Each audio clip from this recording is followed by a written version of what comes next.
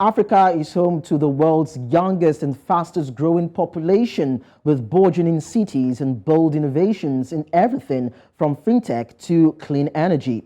With its population expected to nearly double to 2.5 billion people by the year 2050, the continent presents a myriad of opportunities for robust, inclusive growth that harnesses its rich natural resources and abundant human capital for potential growth and, of course, the increase of prosperity for the African continent that is also expected to spiral to other parts of the world. Now, these trends and assets present a chance for the continent to vastly improve on its productivity and reverse the economic deceleration it endured from 2010 to 2019. And according to a report by McKinsey Global Institute, GDP growth fell 35% over that period, and then the COVID-19 pandemic took over, followed by the Russian Ukraine invasion that actually resulted in disruptions in supply chain.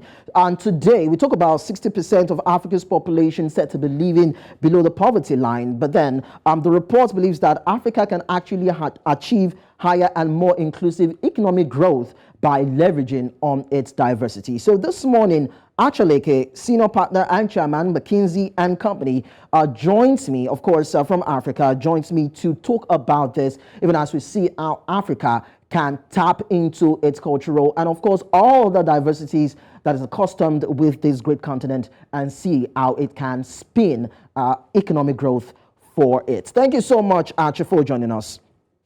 Thanks for having me, Lekan. So let's look at the reports by McKinsey, and it said that Africa can achieve higher and a more robust, inclusive economic growth if it can leverage on its diversity. I'd like to understand what you mean by that. Well, what we mean is, if you look at what has happened across the continent, as we did the last 10 years, the reality is growth has slowed down, right? We went from growing at about 5.1%. Remember when we were all talking about Africa rising? In the 2000s, we grew as a continent overall at 5.1%. That has dropped to 3.3. So on one hand, that's not exciting. However, when you go below the surface and you dig deeper, you really find much more granular impact across different countries. And what you clearly see is that there's no one Africa. We talk about Africa, but it is 54 countries. And so we need to take advantage of that diversity. Within those 54 countries, we still have half of Africans who live in countries that have grown above the average for the last 10 years, right? That's 50% of the continent, living countries that have grown above 4.2%. But that only represents about a quarter of our GDP, because they tend to be smaller economies in Eastern and West Africa. And what has really dragged down the overall continent is the fact that our top 6 economies, including Nigeria, South Africa, Morocco, Egypt, Algeria, Angola, have all sort of slowed down, right? That really what has dragged down overall. But there's a lot of diversity within that we can definitely learn from and benefit from. Well, then when we look at it, we discover that these African countries have different political history, socioeconomic benefits, different cultures, geography, demographics, even resources, and the level of exposure and growth differ. And because of this, some African countries tend to lean more to the US, to France, to Europe, to China, and other world powers. So don't you think that these disparities, as it were, could be a bit of a challenge in unlocking the economic potential of the continents? I actually think the disparity is actually an advantage for us, but we're not only relying on one trading partner. Again, when we looked at the data, clearly, we trade a lot with China, as we know, but we also trade a lot with Europe and some with the US. Where we don't trade enough with is with ourselves, amongst ourselves as Africa. Right? And so in a context where, all of these present opportunities for us, I think the key thing on the trading front is really understanding what it's going to take for us to really increase intra-Africa trade. Today, it's about 10% of imports and 17% of exports. It's a criminal, it's around 16% overall. Whereas in other regions, we see intra-regional trade at somewhere between 30 and 60%. So I think from a trade perspective, that is a fundamental challenge that we need to address. Hence, we have initiatives like the African Continental Free Trade Area that are in place. And it's great, we need to have one big economic unit because we have too many small countries. But we need to make sure it works in practice. And that's part of what the challenge and the work that the CFT is doing at the moment. All right, so based on the peculiarities and potential of these different African countries and the diversity that it portends, what do you think should be the innovative solutions that these African countries should be harnessing and synergizing? Because when you're talking about imports and what is exportable and revenues that are accruable, you've talked about the fact that it needs to be from a formidable front, which has to be central in that sense. So how do you think that can happen for Africa? What are those solutions you think Africa can bring on board to have that one unit market approach to the global market, as it were? Well, we looked at it, right? And we came up, and you'll see in the report, what we said is let's really focus on 10 very, very practical recommendations that will really move the needle and help us generate more stable and sustainable, strong growth across Africa as a whole. And I'll just talk about maybe a few, right? One is productivity. The big issue we've seen when you really dig at below the surface at the sector level is we have incredibly low productivity across every single one of our sectors in Africa. We're either the least productive or the second least productive in the world. We absolutely need to increase productivity and to focus growth, not just on growth for growth's sake, but really go down and focus on productivity across each of our sectors and what's it going to take to unlock. That's one. Two, digital. Digital has been an amazing enabler for us across Africa, across the public sector, private sector, and we need to embrace it even more fully across all of our economies. Third, that we talked about is regional connectedness. We really need to work better as Africans amongst our region, amongst our regional economic communities. It doesn't make sense for Senegal or Cote d'Ivoire or Ghana to be competing for the same thing, right? Why we need to have much more aligned regional strategies where we align on, what one country should produce for the region with input from the other countries and what another country should do. Now, that's easy to say. It's not easy to put in place in practice, but that's something we really need to work on. And we're starting to work on. We saw the value of that coming out of COVID. We're seeing a ton of migration. We're the fastest urbanizing region in the world. 500 million Africans are going to move to the cities over the next decade. But our cities are not prepared. Our cities are definitely not prepared. And so, what we found is we all moved to the one capital city. We looked at the top 20 economies across the continent, and only in 4 countries did you have the second largest city that was at least half the size of the biggest city, right? The other cities tend to be very, very small. So we need to build many, many more second cities across the continent and figure out what industry we want to attract into those cities and what kind of talent we want to train for those cities. And the final thing I'll talk about is the business champions, right? We continue to do our detailed analysis of how many billion-dollar businesses exist in Africa. We found about 350 of them, billion-dollar businesses. We're very excited about that number, but the truth is it's not enough. We need many more and bigger African business champions.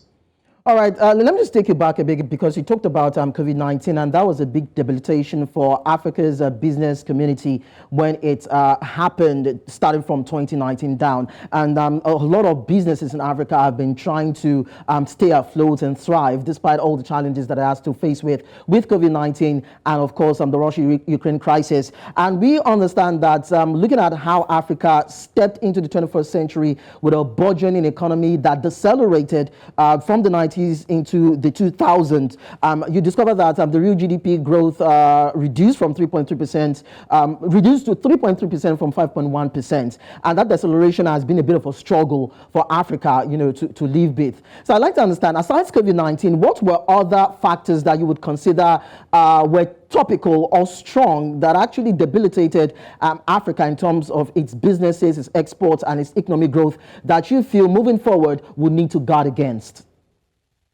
There were a number of factors that we identified, and many people have looked at, what caused it. And I'll just mention a few. One is resources. The reality is, resource prices went down, and as a result, our growth was way too dependent on resources, and that's where we need to diversify our economy and really focus on productivity, as I mentioned earlier. But resources, but it wasn't just from a price perspective. Even volumes dropped. Our share of exports, global exports of resources, fell from 7% to 4% as a continent, right? So we were not providing those resources to the world. So that was one driver. The second was foreign direct investment, FDI decline across most of our countries, by the way. The biggest declines were in South Africa and Nigeria, but we need these investments to help spur growth in our economies, and so FDI declined, and that that definitely was not helpful.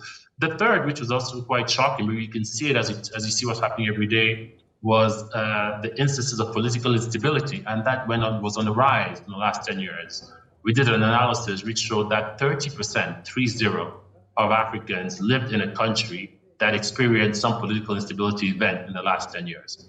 That's up from 4% the decade earlier, right? So those events, again, don't help. They don't help from an attracting investor perspective, but also just driving growth in the economy, right? As you need to recover from these events. And then the final thing I'll say is just the general macroeconomic situation. Our debt, our debt levels have risen. And again, at a global level, it's actually not that bad if you look at debt to GDP for the continent. We do have a debt servicing problem, right? How much of our revenue we use to service the debt on a monthly basis is fairly high, and then that limits then the ability for governments to invest in some of these social sectors. So these are all the factors that really went into driving the decline. All right, so let's look at the numerical strength of Africa. According to the report, Africa will be home to the world's largest working age population by 2040. And Amit said that smart deployment of its labor force in highly productive jobs will spur economic growth. So that is probably a solution. So in implementing the solution, I'd like to know what talents do you think that Africa should consider when it comes to global labor exports? What are those talents you feel can drive the conversation around harnessing the potential numerical strength that Africa has? We think this is a huge opportunity for the continent. Right, just to give you a sense for the numbers, we will add about 800 million people to the global workforce, and that will be doubling the working age population across Africa. And this is in a context where we all know that sort of Europe and North America are either flattening or shrinking. But I was surprised to see that China will lose 200 million people to the workforce over the next 25 years. Right? And so where the world is going to turn, they're going to turn partly to India, but it'll be mostly to Africa. So the imperative is no longer just for us Africans to train our people to service African businesses, but it's to service the world. Right? And I really believe that we have an opportunity for our next big export coming out of Africa not to be our resources, but to be our talent. And the good news is that the talent will not need to leave our shores to go and provide these jobs across the world and these functional skills. They can actually do it from here. Right? But that's going to require us to be a lot more serious about tapping into the tech services opportunity. Right? How do you build the next Bangalore in Africa? And I think that's possible. I do think some countries are getting serious about it. Some private sector players are actually really trying to invest in it. And I think sort of the whole outsourcing space and the whole tech services industry is a huge opportunity for the continent from a talent perspective going forward. All right, you're saying that it's huge potential in terms of the talent that Africa possesses. But then let me just roll a particular report that I was able to go through yesterday. According to this 2021 report, Africa is said to have the least number of millionaires, which is just about 352 compared to North America that had about 26,778. But then Africa's population is the second largest after Asia. So that means that Africa has not been able to translate its human resource into potential economic growth. So I'd like to find out, don't you think that Africa's population is a bit of an impediment for that economic growth that we're talking about? Because of course it has to leave over the lean resources that is stretched already. So don't you think that's a bit of a problem? I don't think the problem is the population. I think the problem is growth, right? The reality is, population does grow at 2.7%, and we can talk about what we need to do to make sure we control that. But the reality is, if population grows at 2.7%, if we're growing at 4%, we're not making a big dent, right? And that's why, the question is, how do you get growth going at 8, 9 double digits to then, when you factor in population growth, then it starts to be meaningful. Because that GDP growth then translates into GDP per capita, it translates into disposable income, and it translates into consumption. So, for example, we did analysis on the consumption, right? Consumption is still growing in Africa, but the reality is during our boom years, 2000 to 2010, consumption grew at 5.8%. What was more exciting, again, to your point, was that about 2/3 of that growth was coming from rising income. So people earning more money, right? They may not have been millionaires yet, but at least they were earning more money, and they could then afford, whether it's their first cell phone, whether it's their first car, whether it's their first TV, those kinds of things, right? if we look at the last 10 years, that growth has slowed down to 3.3%. But much more worrisome is that 3/4 of that growth has just been population growth. Very little, only a quarter came from rising incomes. And so the question then is, the next 10 years, right? Are they going to look like the past 10 years or the previous 10 years? Because that's going to be a massive difference. If it looks like the past 10 years, that's $600 billion of opportunities for us from a consumer perspective across Africa. If it looks like the previous 10 years, it's more like 1.3 trillion. So that's more than double the opportunity. But also the segments that will be of interest will be very, very different. So I think a lot of it comes back to the initial topics we talked about, which is how do you drive stronger and much more sustainable growth across the continent, because that's going to translate into in consumption spending and hopefully getting many of our people to earn more. All right, so talking about economic revolution for the African continent, we know that there's some countries that are actually referred to as consistent growers, recent accelerators, and the likes, because they have a GDP growth that exceeds that of Africa's average, which is of course 4.2%. So I'd like to find out which African countries do you think are beacons of revolution, of this particular economic revolution that we are hoping will come to Africa? So as part of the work, what we did is we actually tried to figure out, again, we said growth slowed down, but let's look at it at a country level. And you really see, like you said, 4 sets of countries. If you plot growth between 2000 and 2010 on one axis and growth between 2010 and 2019 on the other axis. So on the top right will be consistent growth. They have grown above average for 20 years. Right? And back to your question, that's been really led by Ethiopia and Rwanda. But it's a number of primarily East African countries and a few West African countries. On the top left is what we call recent accelerators, countries that have accelerated the growth in the last 10 years, right? And that's, a lot of the West African countries, whether it's Senegal, Cote d'Ivoire, Togo, are part of that mix. Benin are part of that mix. So mainly West African and a few East African countries. Bottom right are countries that growth slowed down in the last 10 years, and that's really been full. That's Nigeria is the big economy in that segment. And the bottom left are countries that have actually, unfortunately, experienced slow growth over the last 20 years, and South Africa is the main economy there. So that's the difference you see.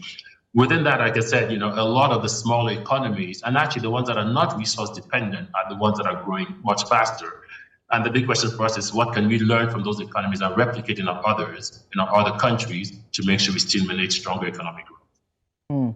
All right. Before I let you go, Acha, I'd like to also find out from you. Now, Africa has shifted from the agricultural-based industry to services industry sector. And that, of course, that actually contributed about 56% in 2019. And that was actually compared to the year 2000 rather, which was about 50%. But then don't you think that is a problem, moving from a particular sector, agriculture, which has been the mainstay of so many African economies, and moving on to the services industry, where we are not so sure about the technical expertise or the value of technical know-how that Africa has in terms of its potential. So don't you think that's a bit of a problem? Because some people have said that it is actually better for Africa to focus on its agricultural strength to drive the economic growth that it is hoping for, rather than focus on a particular industry that is just stepping up.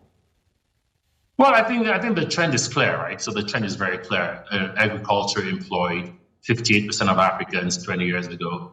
Today, by the way, still employs 49%. So close to more than about half of Africans are still in agriculture. So it's not like we've all left that sector. But the truth is, there's been a fundamental shift away from agriculture and into services, right? Services has gone from 30% to 39%.